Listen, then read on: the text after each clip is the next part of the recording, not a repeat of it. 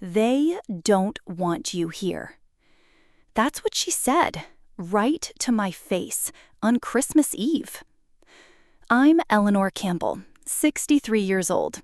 I live alone in a one-bedroom apartment on the east side of Portland. The heat's spotty, and nobody really talks to each other. That afternoon, I made my son's favorite pie, pecan, with extra vanilla, just like he loved when he was little. I wrapped it up nice and tight in foil, tied on my red holiday scarf, the one with the little cardinals stitched at the bottom. It was cold, but I smiled as I stepped out into the snow. Brian never responded to my message. I left it that morning, just a soft little reminder. Let me know what time dinner starts, honey. Nothing. I figured they were just caught up with holiday chaos. That happens when you've got kids. I should have known. Their house looked beautiful when I pulled up. Warm yellow lights in every window. The driveway was full. Through the front window, I saw the tree, straight out of a magazine. Gold and red ornaments, just how Leslie likes it. I could hear laughter, glasses clinking, someone walking by with a tray of ham. I stood on the porch, holding the pie, trying not to fog up the glass with my breath. When the door opened, it wasn't Brian, it was Leslie. Her makeup was flawless, lipstick a little too bold for the season. She didn't look surprised, just tired, like I was one more thing she had to check off before dessert. "We weren't expecting you," she said, like a teacher scolding someone who showed up late. "I left a message," I said softly. She didn't respond, just let out this little sigh and leaned against the doorframe, like she'd rehearsed the move. "It's better this way, Eleanor. We don't want you here." Behind her, I saw Logan run past in the hallway. He's 7 now, still too young to understand any of this. I think I heard him laugh, something about marshmallows. But no one else came to the door. No one said my name. I nodded, not because I got it, just because there was nothing left to say. The wind tugged at my scarf as I stepped off the porch. The pie was still warm in my hands. I could smell the cinnamon all the way to the sidewalk. I didn't cry, not then. Maybe because I could still hear their laughter behind the door. Or maybe because silence, when it comes from your own child, hurts more than anything they could say. When I reached my car, I looked back once. Nobody was watching. The lights inside kept twinkling like I'd never been there at all. I drove home in silence, didn't even turn on the radio. The sky was just a flat sheet of snow and cloud, with the occasional brake light blinking ahead of me. Back in my apartment, the cold hit harder than the cold. I set the pie on the counter, still untouched. My scarf still smelled like cedar from their porch.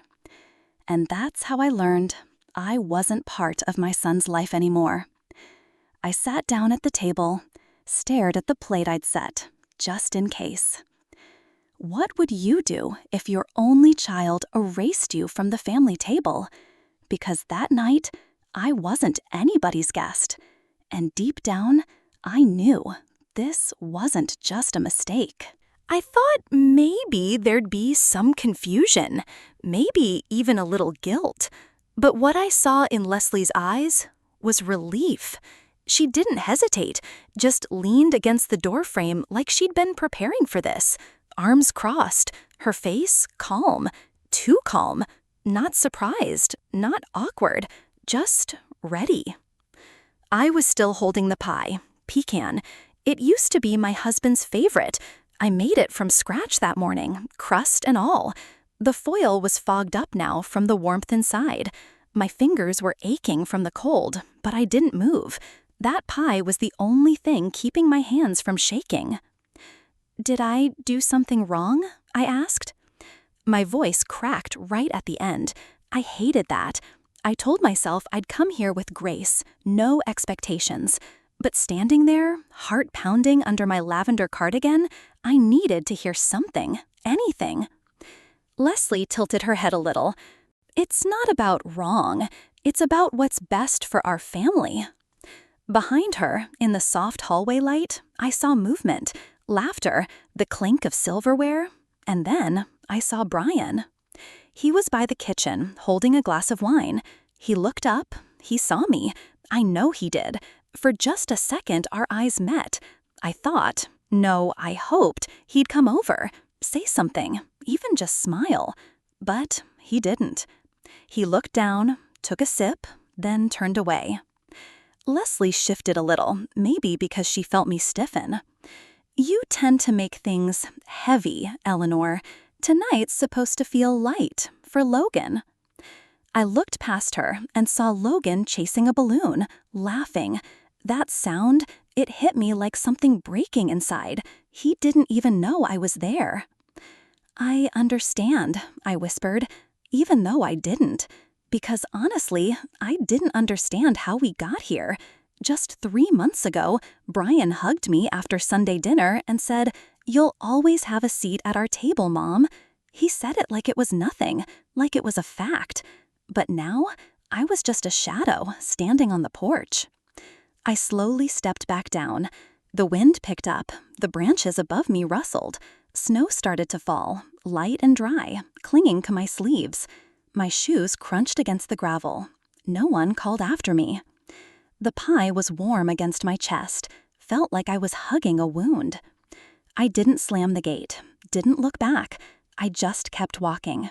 One step, then another, trying to keep my breath steady.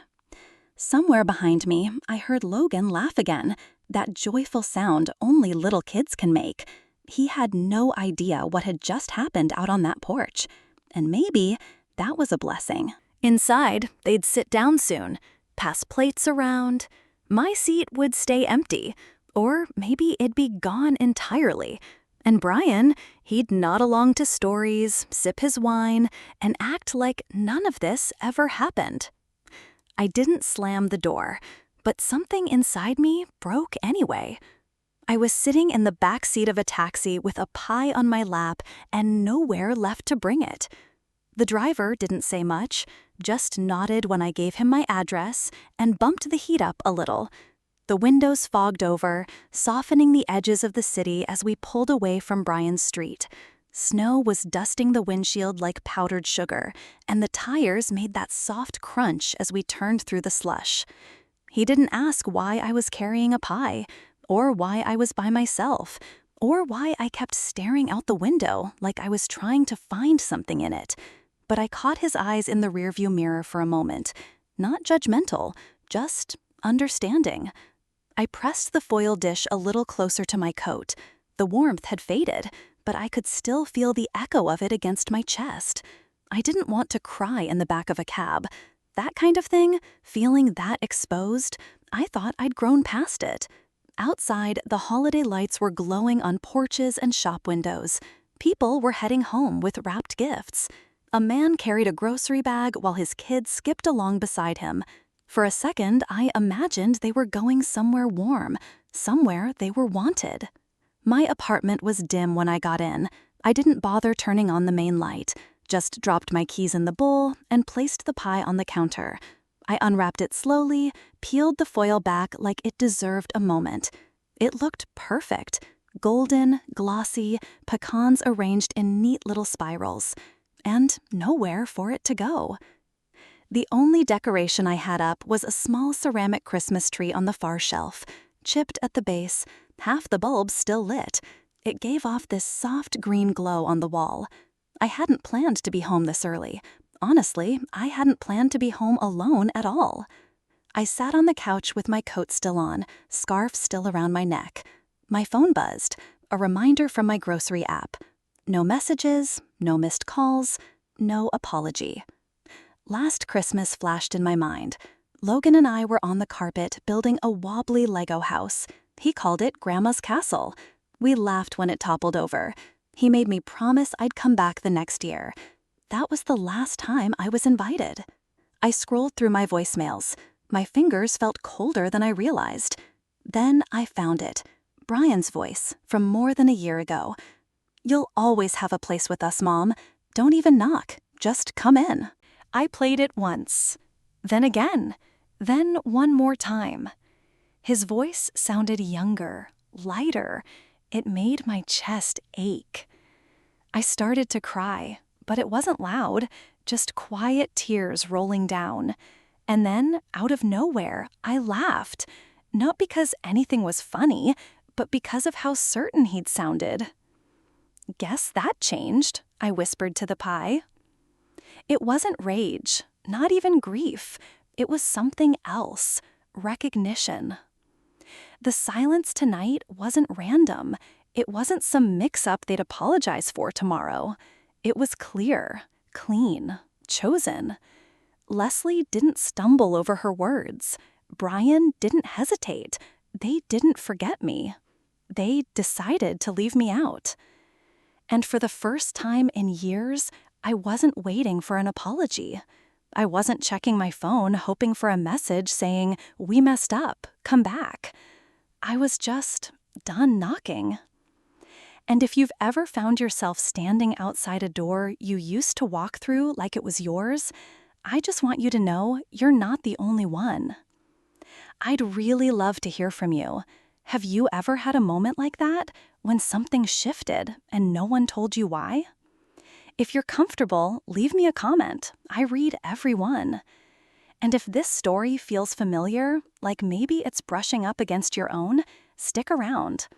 There's more to come. And sometimes the next chapter, that's where your real strength finally shows up.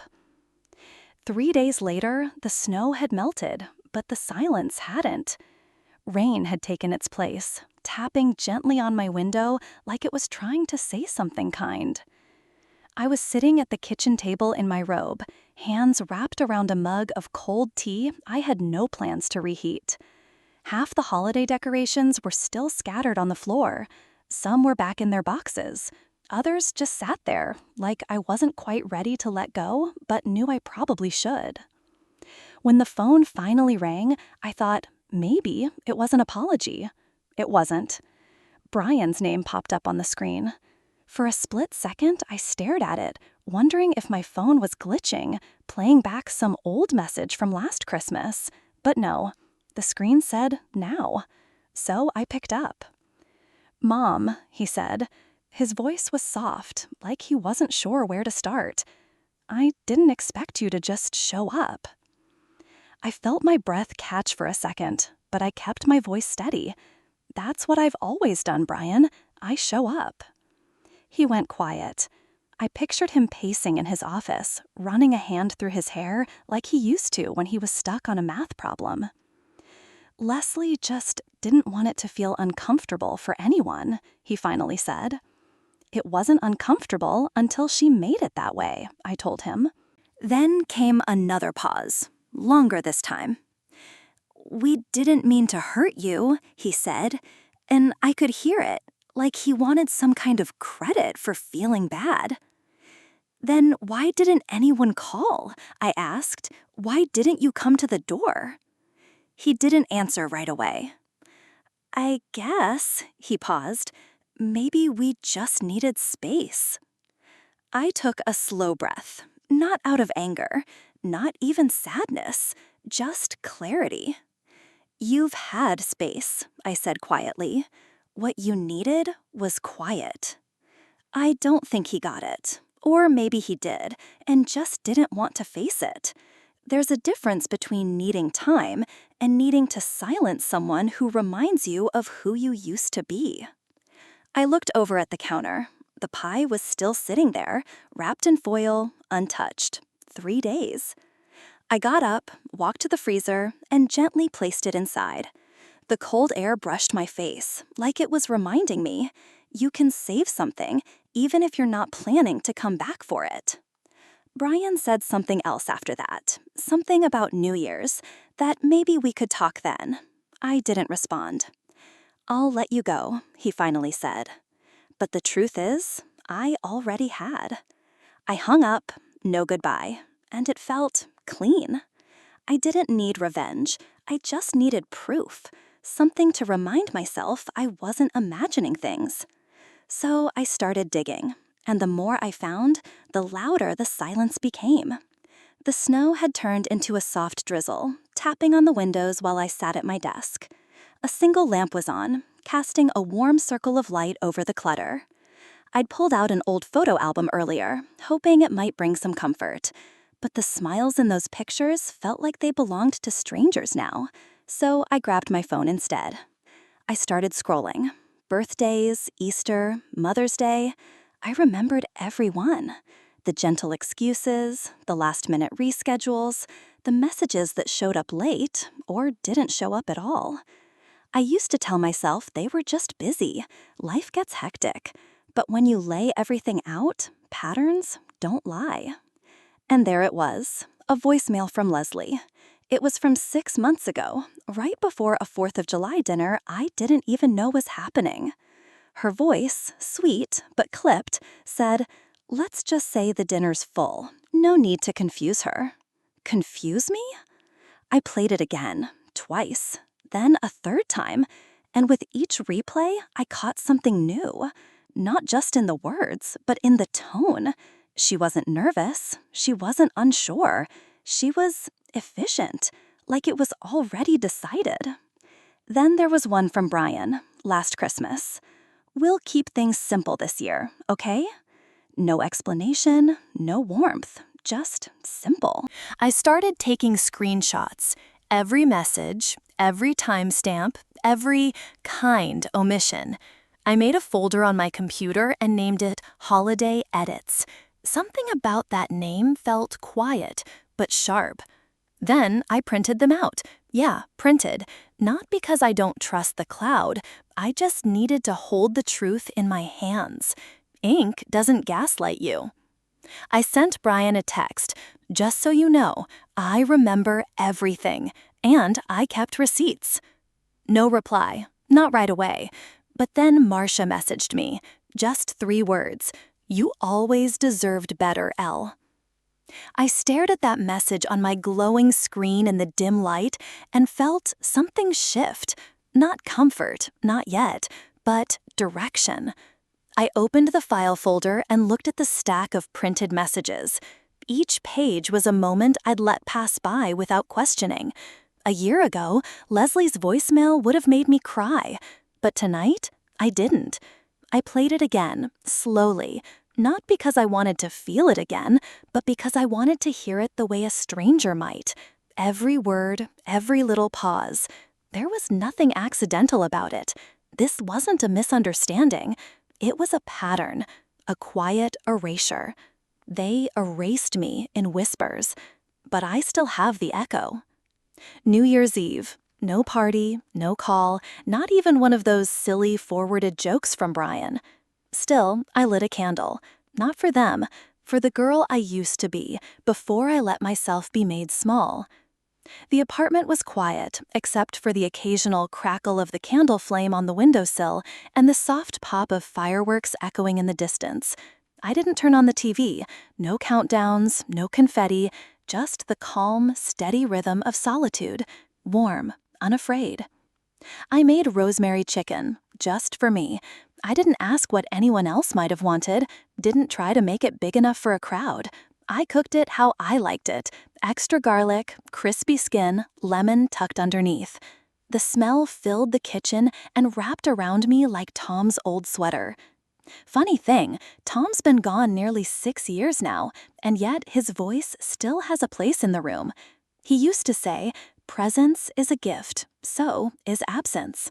He'd say it gently when someone didn't show, when a friend canceled, or when Logan's parents missed another dinner. He never said it out of bitterness, just acceptance. The kind that comes from surviving enough disappointments to stop being surprised by them. After dinner, I pulled out the old memory box from the closet. It was more dust than cardboard now. I hadn't opened it since before Thanksgiving. Inside were the things I used to think mattered. Logan's crayon drawings, Brian's Father's Day cards, a photo of me and Leslie from some school event back when we still pretended to be close. I found Logan's card from last year. Stick figures with wild hair and giant eyes. Best Grandma, written in shaky letters, the S backwards. It's still on my fridge, held up by a tomato-shaped magnet. I never took it down. I just stopped looking at it. I sat at the table with my journal, the one Tom gave me on our last anniversary. It's still only half full. The pen felt heavier than it should have. Or maybe I did. I wrote, "I wasn't absent. I was erased." That line just sat there. No edits, no second guessing. Some truths don't need polishing. They just land. I thought of Tom again. He had another one of those little sayings. Love that excludes isn't love. It's performance. That one hit harder this time. I leaned back, smiled a little. It was small, tired, but real. Then I whispered into the quiet, "No more auditions." There was no big moment, no burst of strength or swelling music, just small choices, stacking one on top of the other like bricks. I picked up my phone and opened the voicemail folder. Brian's message was still there, the one where he said, "I didn't expect you to just show up." His voice stiff and flat. I hovered for a second, then deleted it. No ceremony. Leslie's voicemail? I kept that one. Not for payback, just for record. Let the facts stay, let the excuses go. By then, the candle had burned down to nothing, just a stub of wax holding on to its last bit of light. I blew it out and watched the smoke rise toward the ceiling like a question I didn't need to answer anymore. When midnight came, I didn't make a resolution, just one promise. Next time, I set the table. Not for them, for me. January came in like a quiet guest. No drama, no calls, just gray skies and clear thoughts. When someone erases you, they never expect you to be the one holding the pen. That morning, the air was sharp.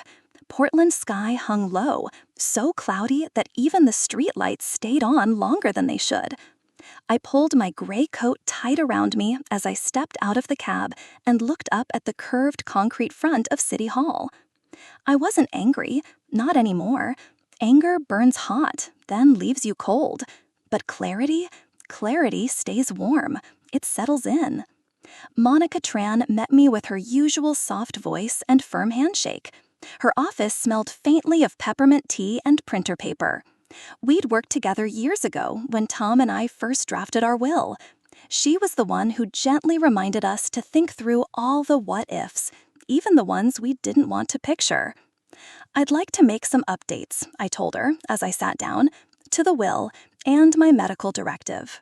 Monica didn't ask why. She just nodded, picked up her notepad, and clicked her pen. Let's take it step by step. We went through everything.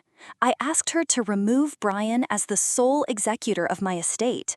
I named Karen instead, my neighbor for the past 12 years, the one who brings soup when I'm sick. And Monica as a backup. People who knock before entering, but still show up. When we got to the power of attorney form, I paused. Let my fingers brush the edge of the page. "I just want to be sure," I said, "that the people who make decisions for me someday are the people who already do." Monica looked up. Her eyes softened. She got it. I signed everything with a steady hand. No nerves, no shaky pen, no second guessing, just the quiet click of pages turning beneath my palm. When I stepped outside, I pulled my scarf closer and walked back into the drizzle.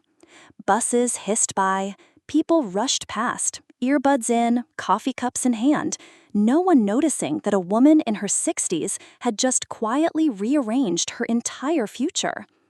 Back home, I lit a candle, not for protection, just for clarity. It flickered next to my journal, casting a warm light over the words I was about to write. Legacy is not obligation, it's choice. I let that sentence sit there for a moment, like warm tea on a sore throat. Because it's true. Sharing blood doesn't automatically mean someone's earned your trust. And just because someone calls you mom doesn't mean they truly see you. I didn't burn any bridges. I just rewired the lights, so only the truth could pass through. Some choices don't come with applause, just peace. Have you ever had to quietly take your power back without saying a word? I'd really love to hear how you knew that moment for yourself. If you feel comfortable, share in the comments. Your story might help someone else feel a little less alone. And if you're still here, still listening, thank you, truly. There's more to come, because sometimes the biggest shift starts with a pen and a whisper. By February, even the daffodils had started pushing through the cold. I wasn't planning revenge, I was preparing presents. It was one of those afternoons where you zip your coat halfway but leave your gloves at home. Half winter, half something softer. I wandered into the local bookstore, the one with the creaky floors and handwritten staff notes under their favorite books. No one rushed, no one whispered, just the scent of paper, ink, and something that smelled like cinnamon floating in the air. I wasn't in a hurry, not because I felt lost, but because I wanted to find the right thing. Logan had always loved trees, not in the run around and climb kind of way, but the quiet, curious kind. I still remember him crouching by a stump in our old yard, trying to count every single ring. I found a book tucked in a corner of the children's section. It was called The Tree That Stayed. Simple pictures, a story about how roots grow deep even when the wind gets loud. It felt like truth, wrapped in bark. At the register, the young woman looked at the book and smiled. "Good choice," she said. "It's quiet, but it stays with you." I smiled back. That's the idea. When I got home, I opened the front flap of the book and just sat there for a while, thinking. Then, with a steady hand, I wrote, "Love is patient. Real roots grow deep. Always here. Grandma L." No lectures, no guilt, just a reminder.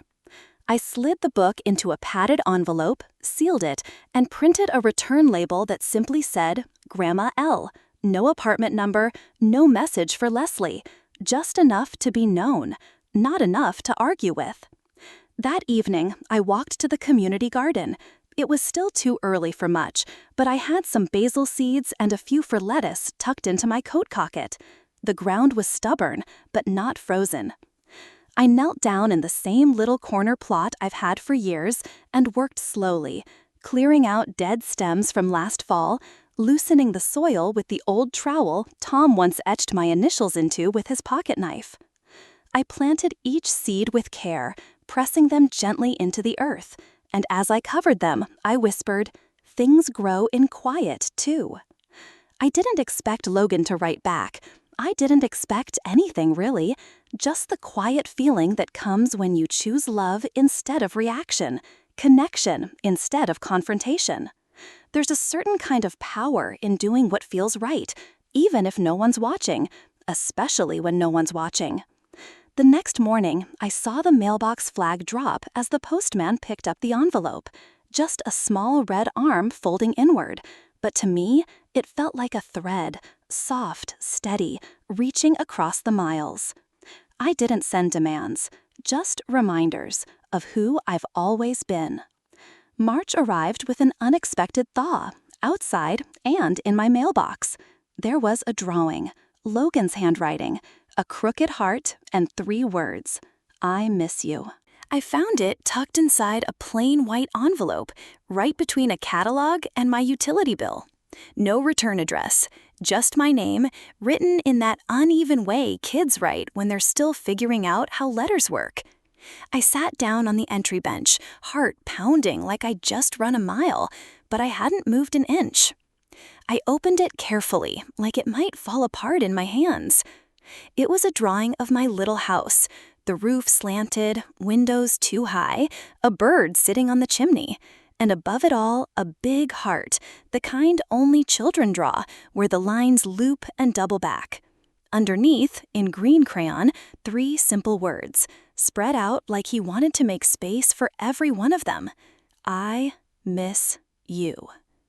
No note, no message from Brian, nothing typed, nothing in Leslie's handwriting, just Logan's voice, quiet and clear, through paper and color.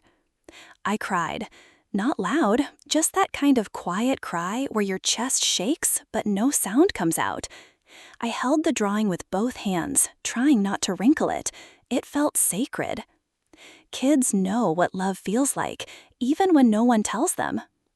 I laid the drawing on the kitchen counter and poured myself a mug of tea. I didn't drink it. I just needed something warm to hold. Outside the window, I noticed the tree, our tree, the one Tom and I planted the spring after his diagnosis.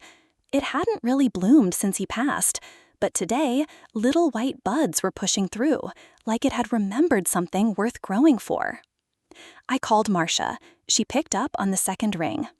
"Hey, Elle," she said. "You okay?" "I got something from Logan," I whispered. "Just a drawing, but he remembered." She paused for a second, then said softly, "Of course he did. Love like yours leaves fingerprints. You can't scrub that out." I let the silence sit between us. It didn't feel empty. It felt safe. "I'm still part of his world," I said. "They couldn't erase that." After we hung up, I pulled out a small wooden frame from the back of the closet, the one I'd been saving for something that really mattered. I placed Logan's drawing behind the glass and set it beside the best grandma card, still stuck to the fridge with that old sunflower magnet. And just like that, the room felt fuller, brighter. I didn't text Brian, didn't reach out, because this wasn't about him. This wasn't about reopening wounds. It was about honoring what still lived. They can gate the house, but they can't close the roots. Spring was already in bloom when I heard the knock, soft, but definitely uninvited. Leslie showing up at my door was never part of the plan. Then again, neither was being pushed out of my own family. I had just pulled a lemon tart from the oven. The scent of citrus hung in the air, sweet and bright, mixing with the lilacs I'd placed in a mason jar on the table. The water inside caught the morning light in soft ripples. I hadn't baked for anyone in weeks. Today wasn't supposed to be different. Then came the knock. I opened the door slowly, and there she was, Leslie. One hand clutched the strap of her purse, the other hovered near her coat, like she couldn't decide whether she was coming or going. "We thought maybe it was time to talk," she said. No hello, no can I come in, just that, like she'd hit send on a calendar invite she already wished she could cancel. I didn't step aside right away, just looked at her. Same composed face, same tight mouth I remembered.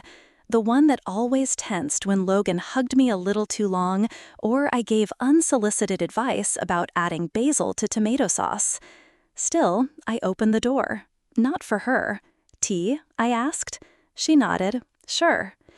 We sat at the kitchen table. The tart sat behind us, cooling, untouched. Her eyes kept drifting toward it, then away again. I poured the tea into mismatched mugs, one chipped at the rim, the other with fading sunflowers. I placed hers gently in front of her. She didn't take a sip. "So," she began, smoothing out a wrinkle in her skirt that wasn't really there, "we've been thinking a lot about family dynamics." I waited. "Logan misses you," she added, like it was an afterthought. "And the holidays were complicated." I stirred my tea slowly, watching the steam rise like it might carry her words somewhere far away. "Did they feel less complicated when I wasn't invited?" I asked. Her mouth tightened. "We were trying to protect everyone's peace." "No," I said calmly. "You were protecting a version of your comfort, not the truth." She didn't look up. "I've spent months sitting in the silence you handed me," I said. "And I've realized something. I was never the disruption. Your discomfort was." She opened her mouth, but I raised my hand gently, not to silence her, just to hold the space. "I showed up with food, with stories, with love. You called it too much, but you never once asked what Logan saw in me or what I saw in him." "I never meant to hurt you," she said softly. "Maybe not, but you did." The room went quiet. Outside, a bird chirped in the dogwood tree. I took a sip of tea. It had gone cold. "You don't have to like me, Leslie," I said, "but you don't get to erase me." She looked at me then, really looked, And for just a second, I thought I saw something shift. Not softness, not apology, just awareness. She stood. "Tell Logan I said hello," I added, just before she turned to leave. She didn't answer. She left without touching her tea. And I didn't walk her to the door. I didn't sell the house out of spite. I sold it because I was done letting memories rent space in my life. Tom used to say, "Let your assets reflect your values." Back then, I thought he meant be practical, but now I see he was talking about emotional equity too. The vacation cabin had always been assumed to be Brian's one day. We bought it when he was 6, back when Tom believed every family needed a place with a wood stove, a leaky deck, and trees tall enough to get lost in. And for a while, it really was that. We built fires, roasted marshmallows, patched the roof together every spring. Brian's height chart was still penciled on the doorframe. I never erased it. But memories don't protect you from being erased. Mid-April, I sat across from Monica in her quiet law office. She slid the papers over to me. Her voice was calm, kind. "It's all set, Eleanor, just your signature." So I signed, one smooth stroke at a time. No hesitation, no fanfare. Brian emailed the next day. No greeting, just a subject line. "You're selling the cabin?" I stared at the screen for a moment, then typed back, "So was I." I didn't wait for a reply. 2 days later, I drove out there one last time. It was the first warm afternoon of the season. The gravel crunched under my tires in that old familiar way. I stepped out and let the wind move through my sleeves. There weren't any ghosts, just pine trees. Inside, it smelled like dust and cedar. That old cracked leather chair still sat by the fireplace. I ran my hand across the mantel and found a photo tucked behind a wooden carving. Tom, me, and little Brian, sticky cheeks and all. I smiled, folded it gently, slipped it into my coat pocket. I didn't need anything else. I stood in the kitchen for a bit, remembered Tom at the grill, me inside making lemonade, Brian dragging pine cones across the floor. I remembered laughter. I remembered what it felt like to belong. But memories can't cash in kindness when it's no longer accepted. I took one last look around, then set the keys on the kitchen counter. No note, no drama, just the soft click of the door behind me. Some places are sacred, until the people inside forget how to be. Some doors you close quietly, not to shut anyone out, but to finally let yourself breathe. Have you ever had to walk away from a place or a person you once thought you'd never leave? If you have, I'd really love to hear. Your stories matter more than you know. And if you're still here, still listening, thank you. There's just one chapter left, and sometimes the last word is the one you write for yourself. Mother's Day showed up the way spring always does, quietly, without asking. No call, no flowers, but for once, no ache either. I spent the morning barefoot in the garden, hands deep in the soil, letting the sun warm the tops of my shoulders. There's something about planting that slows everything down. Tomatoes in one row, chives in another.